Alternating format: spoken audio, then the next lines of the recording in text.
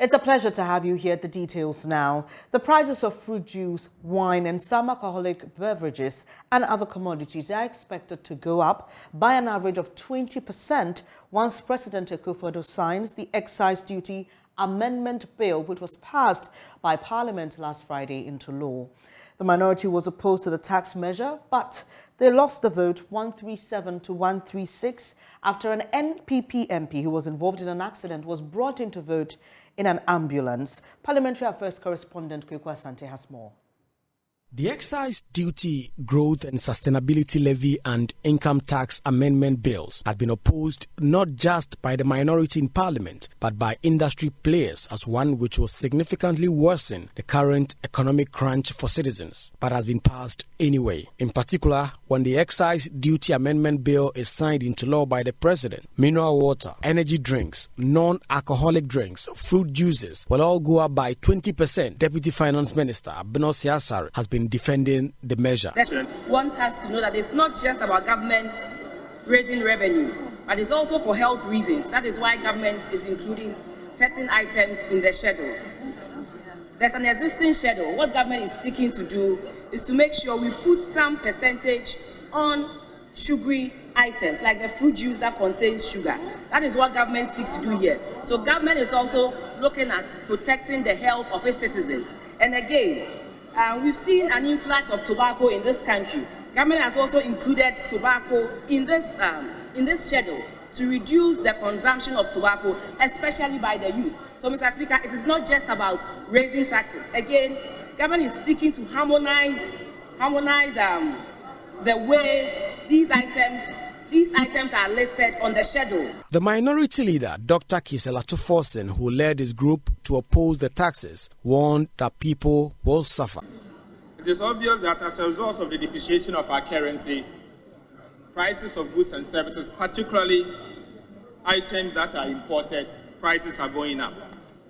Again, the government increased value-added tax, and as a result, import VAT has gone up by 2.5%.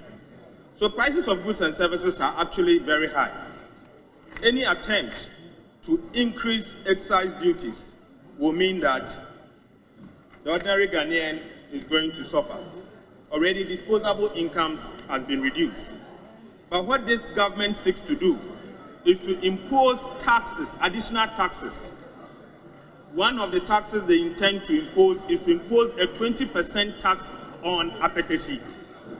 Mr. Speaker, if you are to look at page 4, item 6, increase in taxes, spirit, including apetishi. This government is increasing the tax on apetishi, or introducing a tax on apetishi, 20% on ex-factory price, 20%. Aside that, they are saying that water, including mineral water and all in all descriptions, are going up. These tax measures are touted as key to Ghana getting an IMF loan, and it is expected that President Akufo-Addo will promptly sign them into law for implementation to begin. For Joy News, Kweku Asante. In reaction to the development, Chief Executive Officer of the Chamber of Commerce, Abu-Baidoo, said the new revenue measures will mean industries will be killed at birth. Speaking on the AM show, he said government is unlikely to hit the targeted revenue. Businesses are not making profit. Business is already suffering. And we can't tax ourselves out of what we are going through. What we need to do is to ensure that we empower and strengthen the private sector so they can grow, hire people, make a lot of revenue, and then we can tax. We are killing them right at birth, and it's not going to be in the interest of the country. Now, look, we have been talking about changing the structure of the economy. We have been talking about reducing imports. We will not achieve this. I wonder whether we are serious. How can you industrialize with all these taxes? How?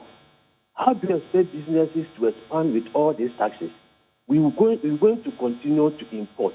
And it's about high time that we stop playing politics about the things affecting businesses. It's about high time we know the impact of these taxes on businesses and stop taxing them out of businesses. It won't work.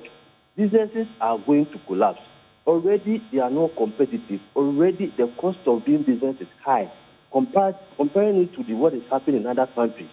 And you come in with taxes every day. How do you expect businesses to survive and expand and employ people?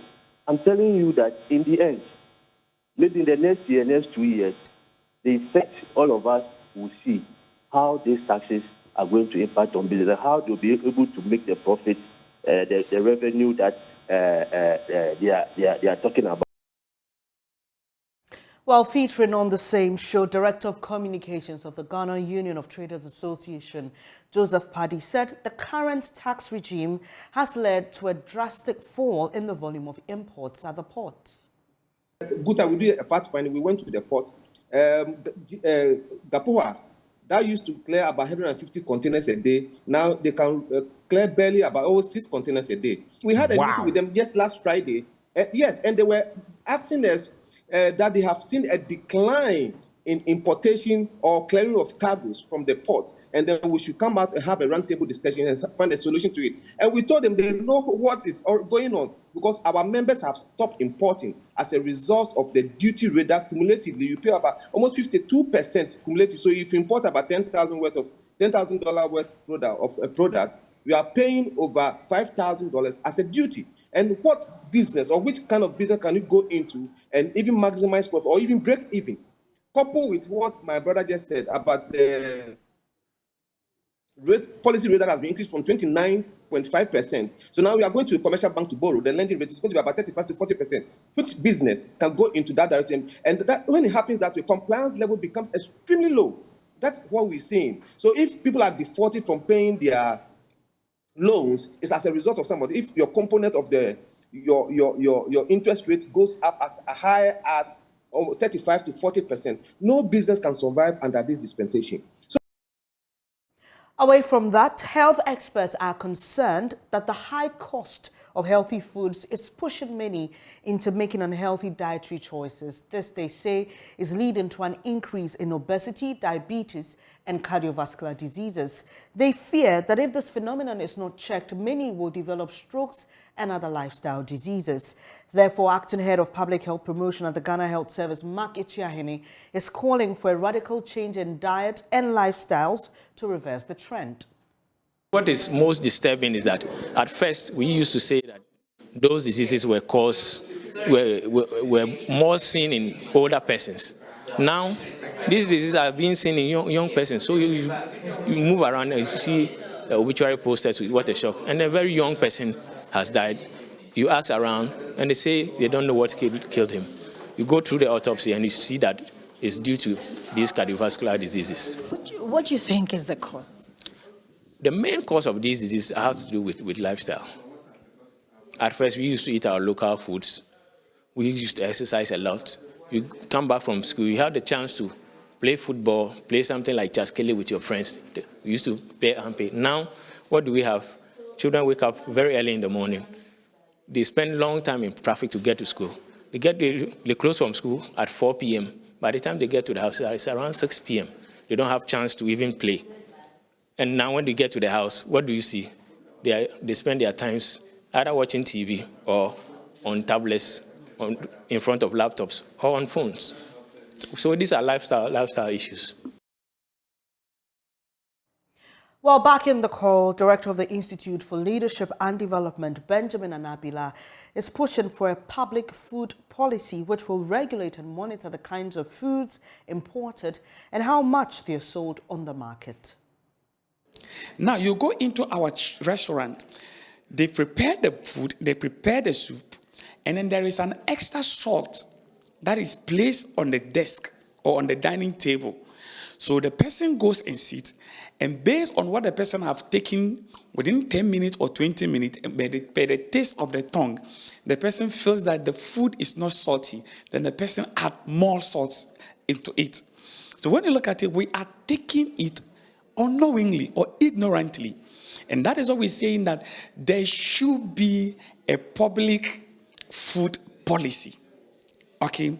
That will make sure that there is regulation. There is a strict guidance as to what we'll do in terms of public. If you cook your food in your own home and you are going to consume it on your own, it is not public. But don't forget that if I walk into your house and then you share the food that you eat with me, it has become public. And therefore, we need to make sure that there is so much education sensitization to that. So that is what we are talking about. Stay a while on this matter. Dr. Sebastian Sandari, who is a member of the Health Committee in Parliament, has lauded the proposal by the Institute. He assures Parliament will consider it for further action. He spoke to Aisha Ibrahim earlier on News Desk. Dialogue or policy regulation that will tackle the food that we eat, or let me say our food environment, for that matter. What do we find around in the environment that we live or find ourselves in? We look at what is happening in our various health facilities. You realize that non-communicable diseases like hypertension, diabetes, and the rest, which used not to be among the top 10 causes of diseases, now you find them probably even among the top 5. About our lives, it's about prolonging our lives, and I don't think it will be one of those issues that will be looked at along partisan lines. I mean, we all have to come on board and know that health first, and realize that these things, whether it's hypertension, whether it's diabetes, whether it's stroke or whatever, they don't come announcing a particular category of people. It affects everybody in the society, children, adults, whether politicians, whether teachers, or whether it affects everybody. So it's a serious matter of concern that, look, as a country and as members of Parliament, we have to look at it. So here's what we decided to do. We visited the Malamata market to check the prices of fresh fruit compared to processed juices. Reports say that the price of healthier food items are 3 times more expensive than less healthier food items. Today, we are at Malamata market to find out the prices of these food items and why there is a higher demand for less healthier foods. Now, as you can see behind me, the price of this cucumber is 10 Ghana cedis. Also, the price of this cabbage is 15 Ghana cedis. Most of the vegetables in here are high priced for the normal Ghanaian. The wholesale price of cabbage is 1,300 Ghana cedis, and a basket of green pepper is 200 Ghana cedis. A bag of carrots is 280 Ghana cedis. Cucumber is also very expensive. A basket costs 100 Ghana cedis. Initially, it was 40 Ghana cedis, but now it is 100 Ghana cedis. The lettuce is imported from Togo, and it is 300 and 350 Ghana cedis respectively. The potatoes too are not from here. They are imported from outside the borders of Ghana, and its cost is 350 Ghana cedis. Initially, it was 150 Ghana cedis, but because of transportation, it has increased. The prices are really up now, but there are times that it gets reduced a bit. People complain about the high prices, and foreign cartons also first 1.6 it's almost 2 million. So it means that basically no canina no extra say and your man no vegetables and the prices in was sure. It was so papa. I was time I na a back from. And anytime they come, they say that their doctors recommended it for them. But it is expensive. And we tell them that the high prices is not our fault. People really want to buy, but the prices scare them off. Beetroot is highly recommended, but it's expensive. 4 is 20 Ghana cedis and 5 is 50 Ghana cedis. The banana, what's the price? Yeah, the banana, I have 17, I have 20, I even have 15. The least I have is 12 cedis. This one is 15 cedis, this one is 20. This is 17 cedis. Pineapple is 7 cedis. One pineapple. So every pineapple in here costs 7 cedis. Each one of them is 7 cedis. What about the apple too? Well, the apple is 5 cedis. Yes, please. All right. So when it comes to people coming in for, most people would probably prefer going in for a drink because looking at pineapple, someone would probably go in for an already made pineapple juice than to come in for this. Yeah. Most people find it difficult to purchase the natural this ones because they see that it's very expensive. But with this one, it's very healthy to take in and it's very good for the body system. Oil.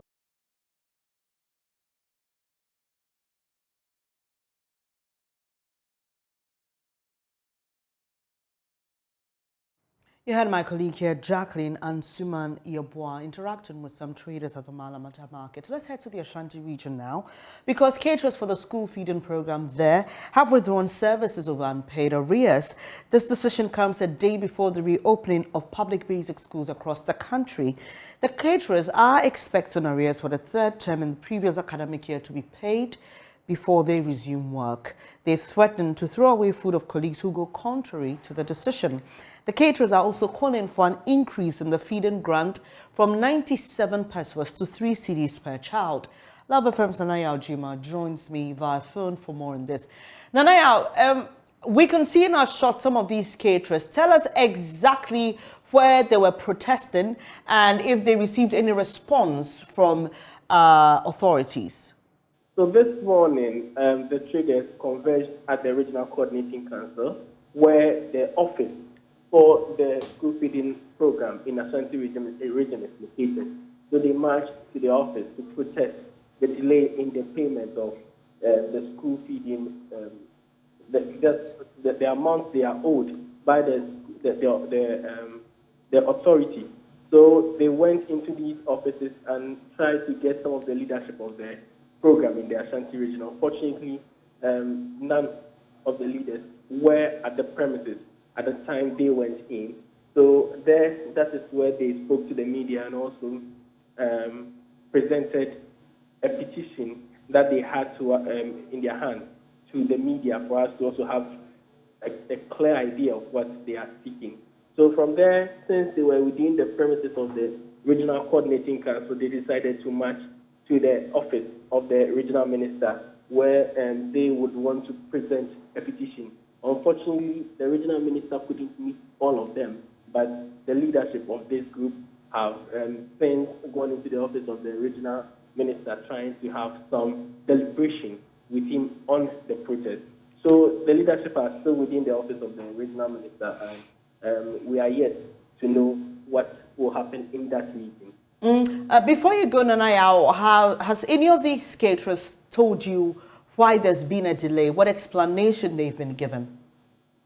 So according to them, this thing has been happening. It's been rampant. According to them, they are owed 2 months. They have 2 months arrears. So that is yet to be paid by the government. It used to be 3 months, but just last week they received the first month of the previous academic term. So they are expecting the government to follow up with the second, with the payments of the second term for the previous academic year, so that they can go ahead and resume work and also get some money to pay or to fund their service for the coming term. So until that is given to them, it will be very difficult for them, according to these caterers, for them to go ahead and feed the children who are going to school from tomorrow, because a lot of them say they owe their suppliers amounts running into thousands of Ghana cedis. So until this money is paid, it will be very difficult for them to feed the children who resume school tomorrow. Thank you, Nanaya. We stay in the Ashanti region. Residents of Adanse have staged a demonstration against quarry firms there for a breach of their corporate social responsibility agreement. Well, they say they're demanding the construction of the town roads in fulfillment of the CSR agreements with the firms. The residents are threatening to block the roads to the companies if they do not heed to that agreement. We'll bring you details of that story later.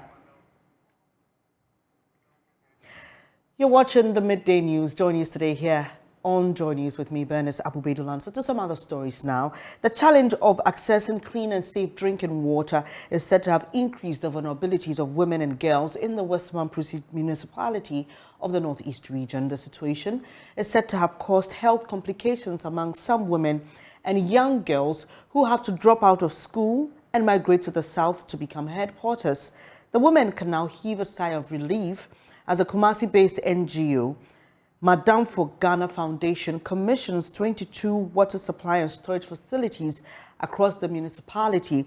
And this is as part of its humanitarian assistance to help teenagers stay in school and end the head porting business. Correspondent Ilyas Tanko has more. Mamprusi municipality is one of the 6 districts of the Northeast region with a population of around 175,000. Like the rest of the region, access to clean and safe drinking water remains a generational problem, negatively affecting the lives and livelihoods of the people, despite several policy interventions through the local assembly and its private partners and donors. The municipality experiences a short rainy season and a long and more pronounced dry season. The main sources of water supply are streams, rivers, shallow ponds, hand-dug wells, boreholes, and rainwater. While water supply systems are generally inadequate, the problem worsens during the dry season when most of the streams dry up. As subsistence farmers and petty traders, water is required for different purposes by both men and women. However, the responsibility of fetching water rests heavily on girls and older women due to strict gender roles and cultural norms in the area. The men don't assist us. They say it is our responsibility to fetch water and ensure water is in the house for use. It increases our suffering. The children always go to school late because we have to look for water to bath them before. Their teachers have been complaining.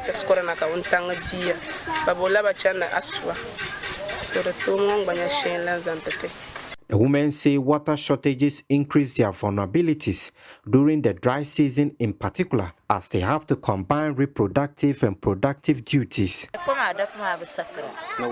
The men here won't agree to help us collect water for the household needs. We don't know why. Maybe because they are rural men and do not fully understand the value of women.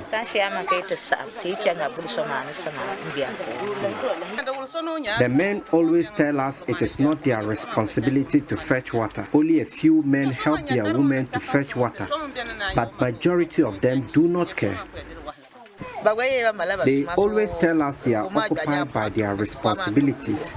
They often say their responsibility is to ensure there is food in the house. They added that water scarcity in the municipality often creates confusion and tension at home and with neighbors at public water supply points. The search for water also takes a lot of time. As a result, school children go to school late or not at all, a situation affecting girl child education in the area.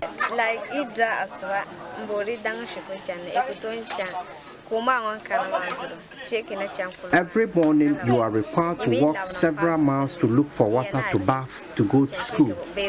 We are always late and receive punishment for that. After closing from school, you are again expected to fetch water and prepare the family meal. We are always tired afterward and unable to read our notes. Sometimes too, we skip going to school when there is no water. Ilyas Tanko with that report. Now, residents of Siru, Balawa and adjoining communities in the Wild West District fear they may be cut off from the entire region if a bridge is not constructed over the Siru Dam. The dam broke its banks after torrential rains last September. Several appeals to the government to have the bridge fixed has failed. Joy News Upper West Regional Correspondent Rafiq Salam has more. One of the few dams in the Upper West region where large chunk of different species of fish could be caught is the Siru Dam. The dam is located between Balawa and Siru communities in the Wild West District. Also closer to them and dotted across are a plethora of dry season farms. The produce cultivated from these farms are mainly vegetables. Notable among them are tomato, pepper, and garden eggs. So, the life and survival of the people in this twin community and other adjoining communities to a very large extent depends on this dam. However, the dam is unable to hold much water now as previous times. On September 22 last year, the bank and spillway of the dam got broken as a result of torrential rains in the area. The main road to the communities lying in between the dam and the farms became inaccessible, and farmers, commuters, and other road users are bearing the brunt. People have to carry their loads back to the other side, Kangba through Bulunjin to Pointanga before they are able to access the regional capital, which is several of kilometers away. Unless if they could cross over to the other side, which is about 15 kilometers away from where. So as a result of that, farmers are able to lose income because of that. Animals too that used to come to the dam to drink. As a result of this breakage, the dam has overflown its banks and the water level is so low to the extent that if nothing is done about it, it will have a devastating effect on the people. I was not able to be visiting the farm as I used to do at first, and that actually affected that's the health of my animals, because bringing a veterinary to inject them as I used to do was a very big tax. Sometimes if he even sacrificed to come by, he passed through Vieri, which is a very long way. This middle-aged woman has a brush with death as she nearly got drowned in an attempt to cross the high current water. I was once asked by a young man whether I had the heart to cross the dam. I responded in the affirmative. He held my hand midway into the dam, not knowing that he didn't have the heart rather to cross over the dam. He left my hand, and the water came carrying me away. It was God that rescued me as I got hung on top of a tree with my legs hitting the branches. I cried and praised God, and that really saved me. The chiefs and people of the area has made passionate appeals to the duty bearers in the region, and all has since fell on deaf ears. I am very disappointed in the government. We have been on our knees pleading with them, and they paid no heed to us. We have informed our Huawei's DC. Nothing has been heard so far from her. Same as the MP. We also appeal to other individuals. We are yet to hear from them also. We are now using our own resources to fix it.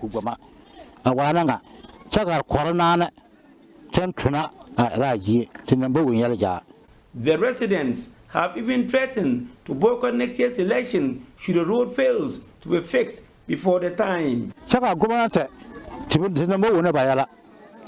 campaign period, we flat here. I want to inform them, if they don't help us to construct the road, they should not come here for their campaigns again. You come here with your comfortable cars to fool us. We are no more interested in that.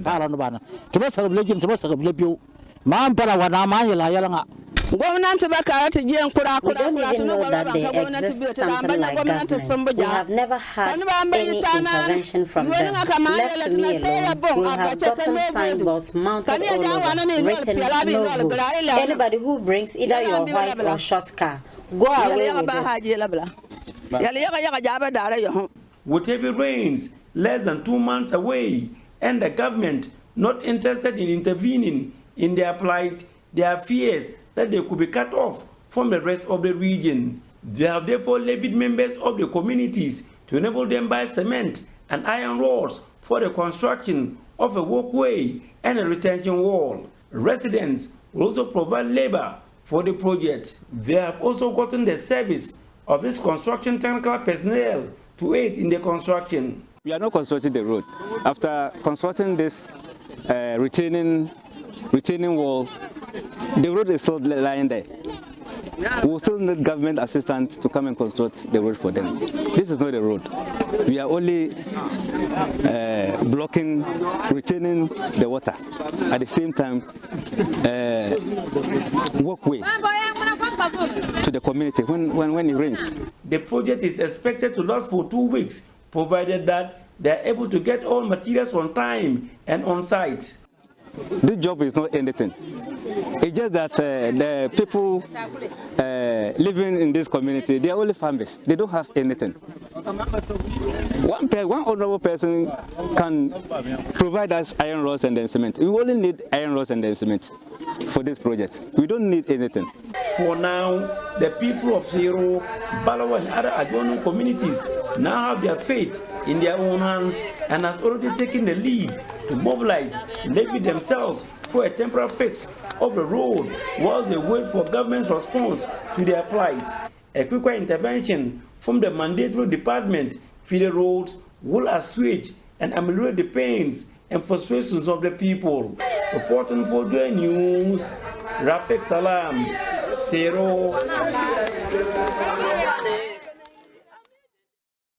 Back to the Ashanti region, where residents of Adanse Fumso have staged a demonstration against quarry companies there. They are demanding the construction of town roads and fulfillment of a corporate social responsibility agreement with the firms. They are threatening to block the roads to the companies if they fail to heed the agreement. Lava Firm's Nanaya Ojima was at that demonstration and reports. The construction companies operating the quarries include Fako, Gaparku and Shimizu Dainipon JV as part of quarrying operation in the construction of the Adanse Medoma to Asin Prasu Road and subsequently the Asin Prasu to Asin Fosu Road. The companies agreed to also fix the Adanse Fumso town roads. A meeting held in December 2022 between the community and the construction companies concluded that works on the town roads should be in progress by close of February this year. Isaac Afo is assembly member for the Fumso electoral area. The entire community has taken a resolution to halt any activity at the quarry site and block the entrance and even break through the entrance. Apart from this Kapako, apart from the Shimizu, apart from the Fako, even if they finish with their work and they do not attend to our projects, there are no other company. We swear to God, the army cannot stop us, the police cannot stop us, nobody in this country, maybe unless the international bodies, and we are going to stop everyone. So if our needs are not met, then we say that no other company will be allowed to come in here to work anymore. In a protest, residents of the community, clad in red and black, marched through the streets of Fumso to offices of the construction companies. Some complained their houses have developed cracks from the quarry operations. They expect the construction of the town roads to serve as compensation. Our TV sets have been destroyed. All our buildings have developed cracks. We are pleading with them to fix the road. I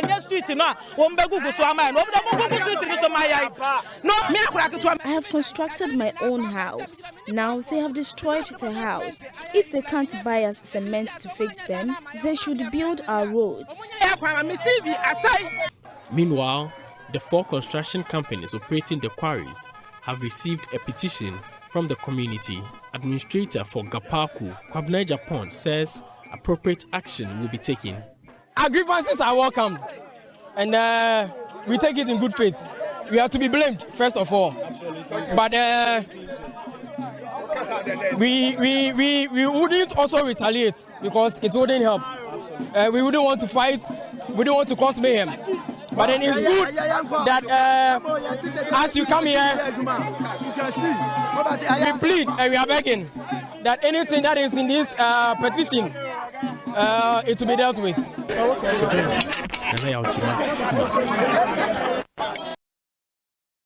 And here in our studios in Kokomlemle, I'm Bernice, Abu-Baidoo, Lansah. You're watching Joy News today on the Joy News channel.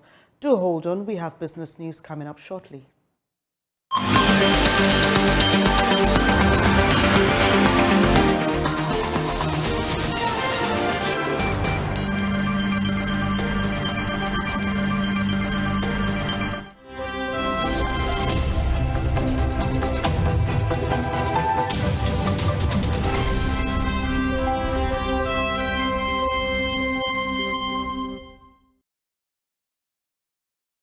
Hello, good afternoon. It's time to do business now. I am Beverly Broom. Now, telecommunications giant MTN Ghana is mentoring students under its Bright Scholarship Program in the various public universities to prepare them for the growing digital technological space.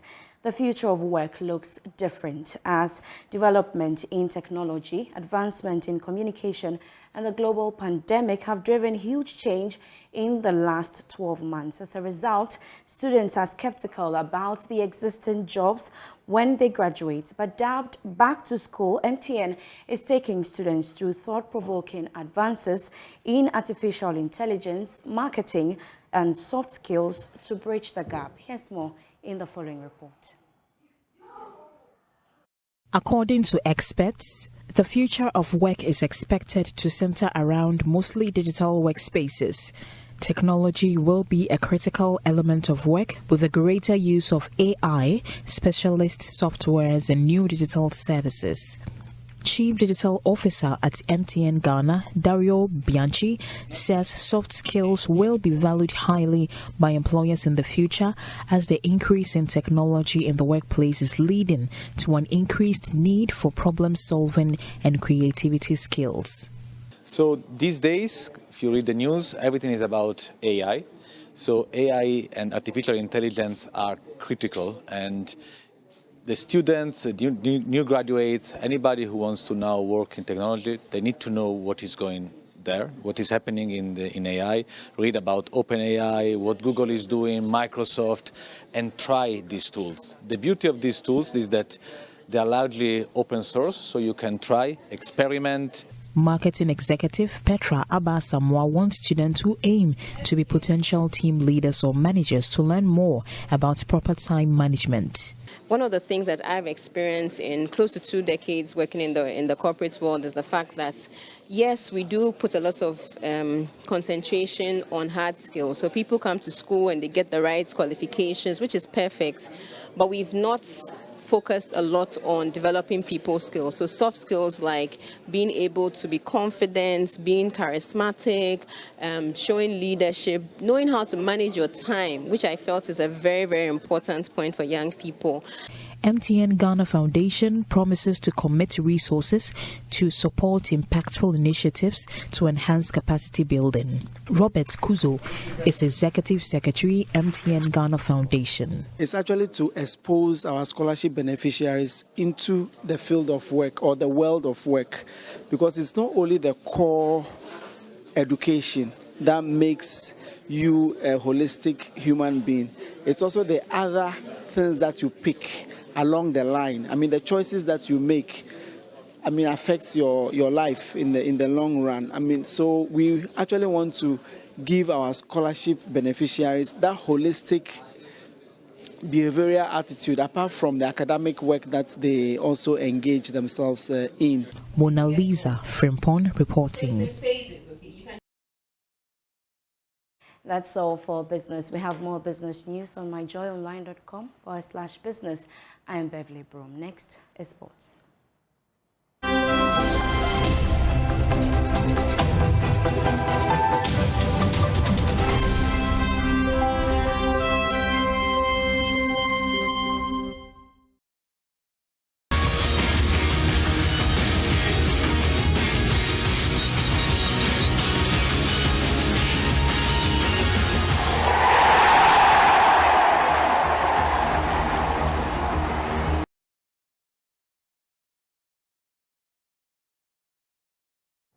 To football now, and over the weekend, Tamale City, they were attacked by supporters believed to be those of Ediana Stars. Well, the head coach of the team, Hamza Mohammed, has been speaking to us, narrating what transpired in their game against Ediana Stars, and also claimed that the Tamale City club is being targeted by Bono clubs.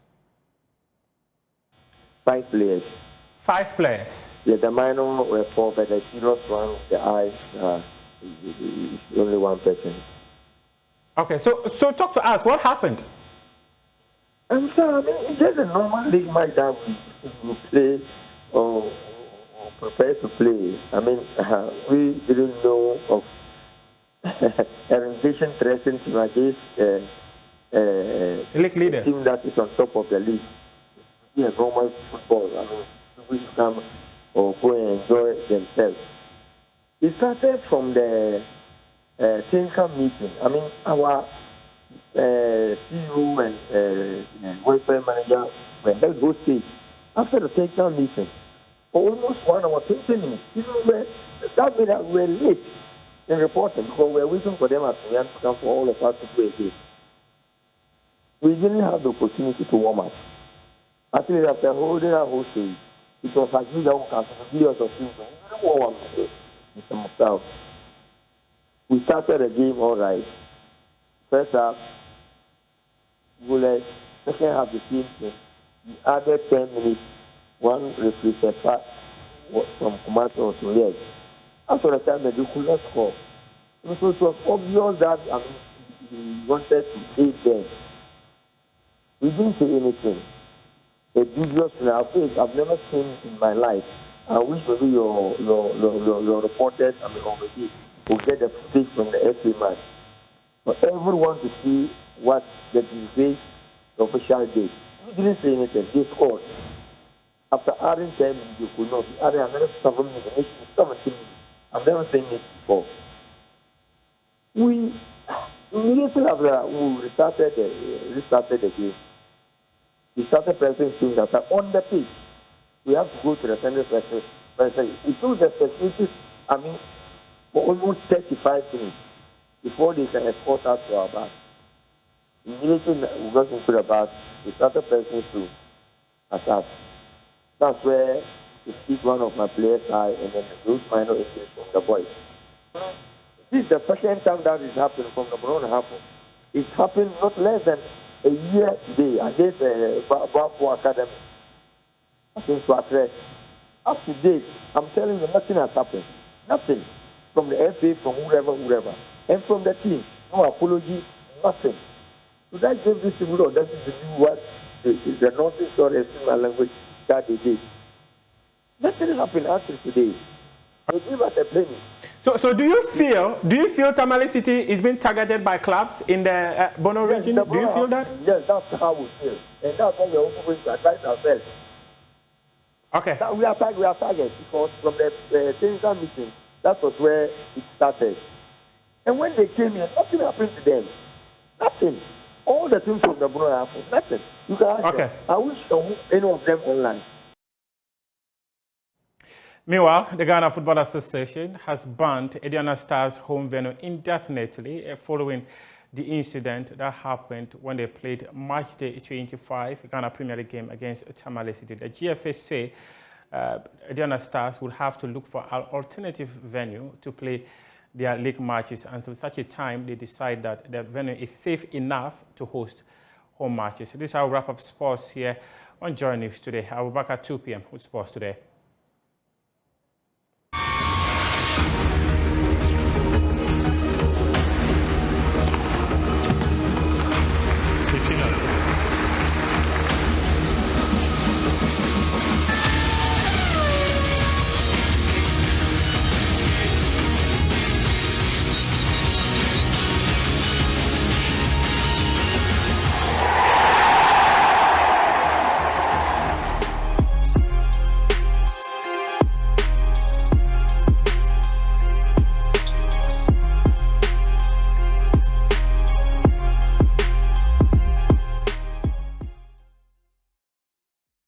Good afternoon, welcome to Showbiz here on Joy News today. Today, let's talk about the new music TV reality show on Joy Prime, Cues and Lyrics. So it is set to promote creativity and also recognize incredible vocal talents. Many traveled from all parts of the country to the capital, Accra, to audition for the show, believing it will lead to the fulfillment of their dreams. There's more in the following report. Praise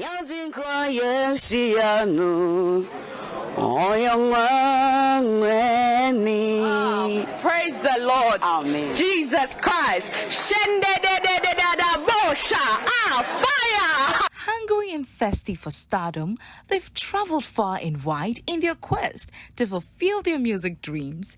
Hundreds of these budding musicians thronged the maiden audition of Cues and Lyrics. Dreams never chase man, man chase dreams.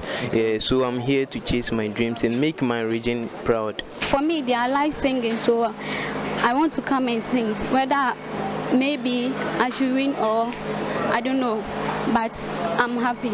Their preparations at home were just not enough. From the lounge to the washroom, these young musicians dotting their I's and crossing the T's before facing the judges.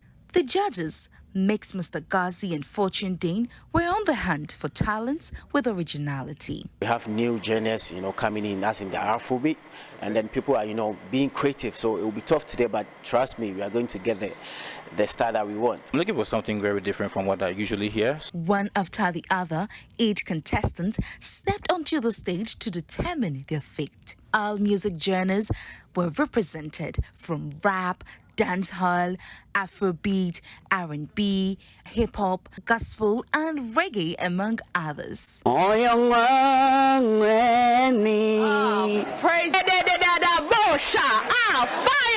Hungry and thirsty for stardom, because we are young, we carry on, oh my God, I bet you are feeling this song,